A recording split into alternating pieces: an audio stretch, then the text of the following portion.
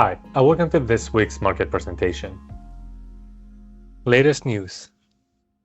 The Israel-Iran war saw a further escalation over the weekend as the US became directly involved in the war, following its strike against three key Iranian nuclear facilities.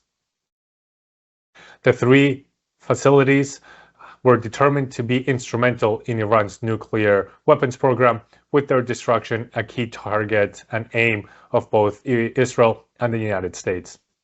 Following the strikes, the US government has stated that the mission was a complete success and is hopeful that it was able to destroy Iran's nuclear weapons program as much as possible. Attention then shifted to what Iran's response would be to such a strike, with concerns that the strikes by the US would only widen the war, potentially engulfing regional partners, as well as the threat to the trade flows through the Strait of Hormuz.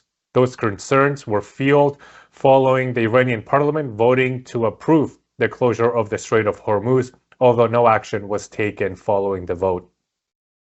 Then, late on Monday, it was reported that Iran had launched a missile strike against the Al Udeid air base in Qatar in response to the bombings of its nuclear facilities.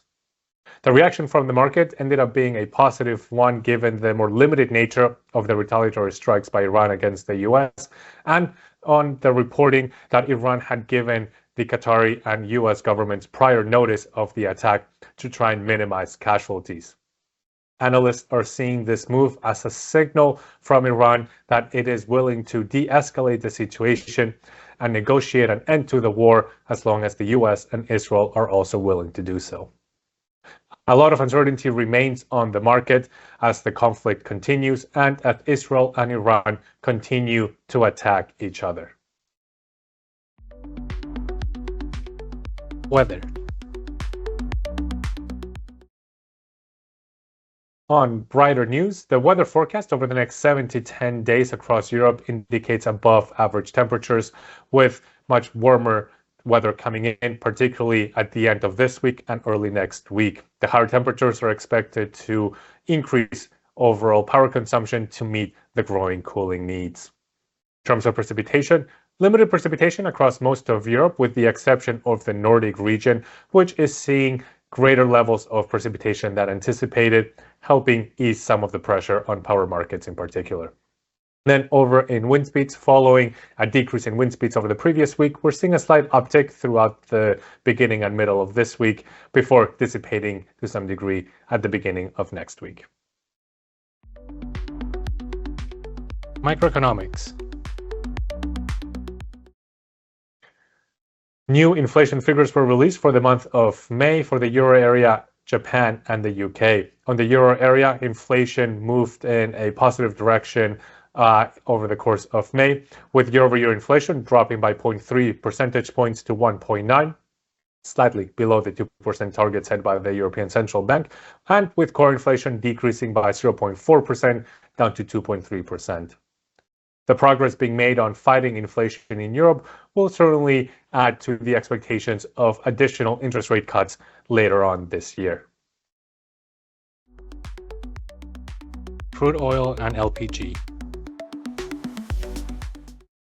Crude oil markets saw a significant uptick over the past few weeks, driven by the war in the Middle East. Over the past week, prices increased by a further 3.6% for WTI for the August 25 product and 3.75% for Brent crude oil prices for August. The ongoing situation in the Middle East very much raising concerns over a disruption to oil flows through the Strait of Hormuz, leading to tighter global supply and demand situation.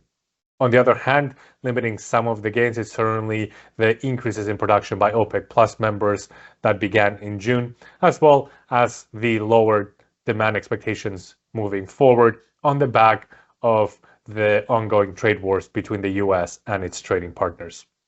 Lastly, following Iran's more limited strike against the US in retaliation for the bombings of its nuclear sites, markets had a sigh of relief as the expectations that Iran is willing to de-escalate the situation is concerns that it would try to close the Strait of Hormuz and disrupt trade flows through the region.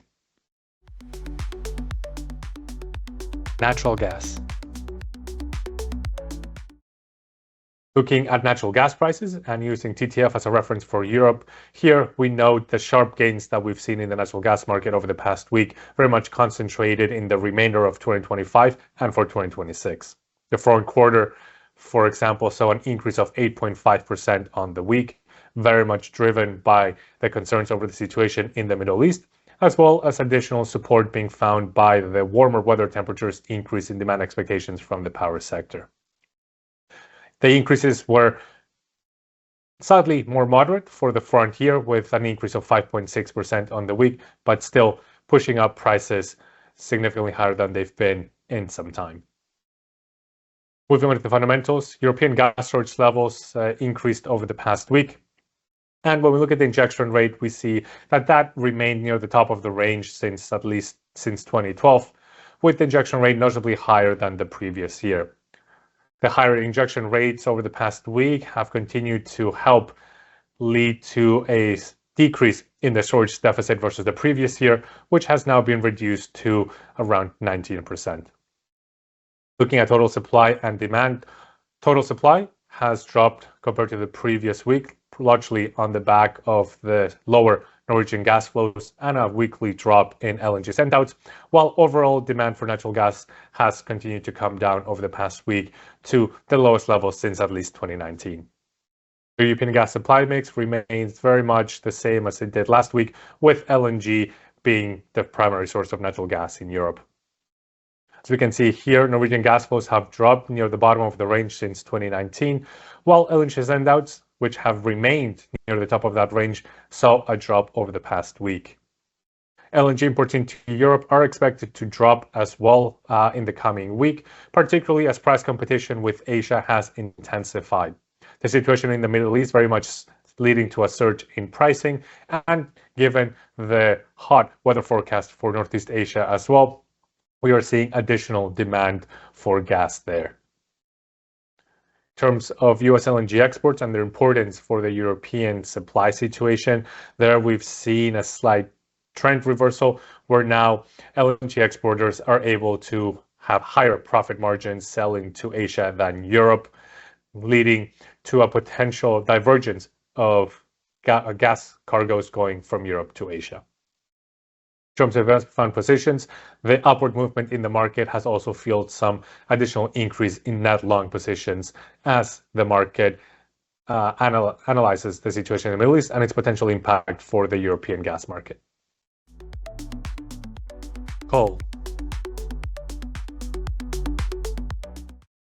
Coal prices over the past weeks saw a noticeable increase, with the API2 Cal 26 product increasing by 5.3%, very much on the back of the rise in gas pricing, making coal-fired power generation more cost competitive, as well as some tighter global supply and demand conditions given the uptick in demand from Asia due to their power needs, and the prospect of greater power sector demand in Europe due to weather conditions moving forward.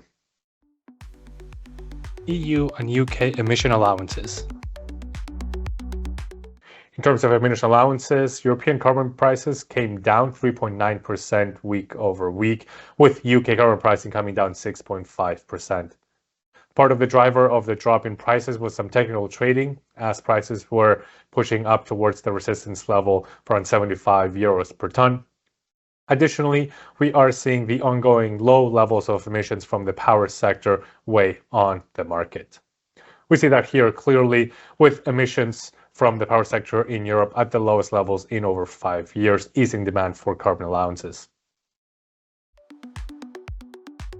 Electricity.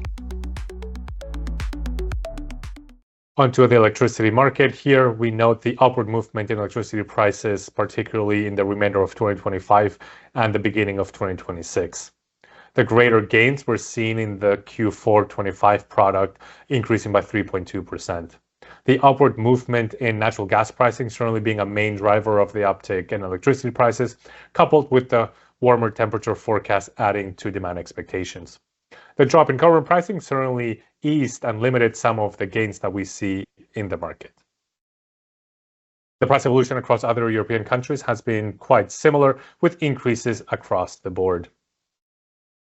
Looking at total demand and residual load, there we see total grid demand relatively stable over the past week, while residual load has seen a slight uptick even as it remains at the lowest levels in over 5 years. In terms of the supply mix there, we see the strong performance of solar power generation for this time of the year, helping compensate for the lower wind power output and the weaker nuclear power generation as well.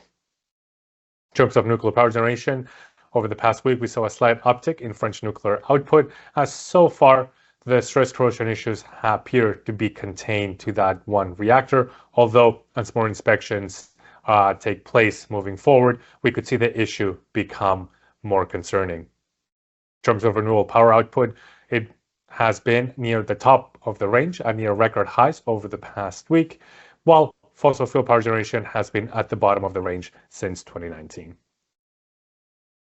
Renewable power generation is certainly getting a boost from the record levels of solar power output, even as wind power generation decreased over the past week. Lastly, looking at the guarantees of origin price evolution, we see a notable upturn in the market following months of a stable to slightly bearish price evolution. It appears that forecast of a drop in renewable power output in the second half of the year, as well as stronger demand expectations for that time of year, led to utilities in particular and suppliers squaring and hedging their positions ahead of that, leading to a surge in buying demand, pushing up prices. The situation in the Middle East has as well added to the concerns of wanting to hedge those positions as concerns over the European power market grew. Nonetheless, it will yet to be seen if the output for renewable power generation does indeed become tighter in the second half of the year, which could push prices further up. That covers this week's presentation. Thanks for joining.